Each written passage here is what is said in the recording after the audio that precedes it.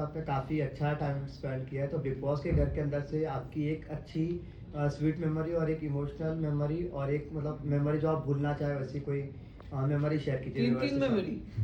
साथ। तो sweet memory तो वही नीलम के साथ मेरा जो रिश्ता था, हम लोग जो मस्ती करते थे शहबाज अमाल के साथ। फरहाना ने मुझे जब अपनी मम्मी कहा वो मेरी बेटी है, तो स्वीट मेमोरीज है।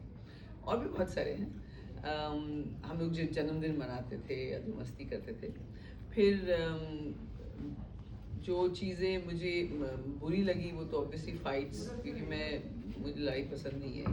लोगों ने जो मुझे इंसल्ट किया, लेकिन मैं सब समझती हूँ कि जिन्होंने भी किया वो उनके उस हिसाब से वहाँ का बिहेवियर ऐसा था। सब मजबूर होते थे क्योंकि सिचुएशन और घर का ऐसी तासीर थी। और तीसरा क्या था आपका? खुशी वाला जो आप भूलना चाहो, जो मैं भूलना चाहूँ, तो ऑब्वियसली मैं वो भूलना चाहती हूँ कि जिसमें मेरे झगड़े हुए लोगों से, या किसी ने मुझे गलत समझा। जीके का जो खंजर भोंकना, अभिषेक की जो बदतमीजी, बसीर अमाल ने जो बदतमीजी की, क्योंकि उसके बाद मेरे रिश्ते उनके साथ सुधर भी गए। तो ये सब भूलने वाली चीज़ें। लेकिन मैं बताऊँ, ये सब एक्सपीरियंस थे, इन सब की वजह से मैंने कुछ ना कुछ सीखा।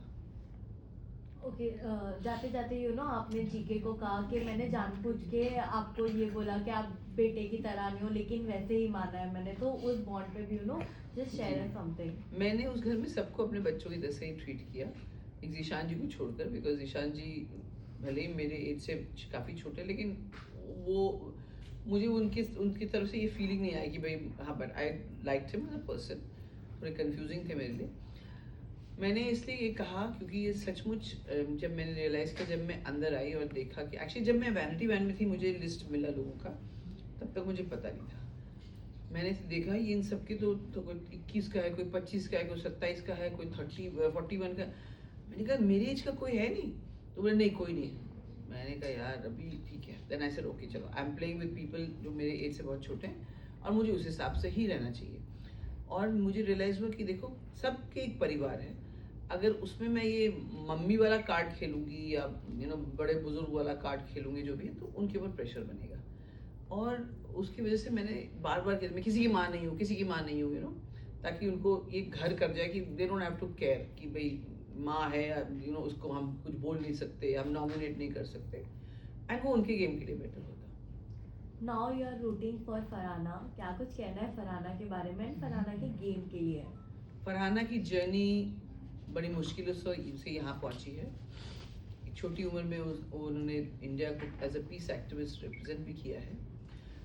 खूबसूरत भी है, और आई थिंक वो डिज़र्व करती है कि वो जीते, ताकि हमारे कश्मीर के भाई बहन भी, जो बच्चे हैं, वो भी अपने आप को मतलब इतनी हिम्मत करके वो भी आगे आए।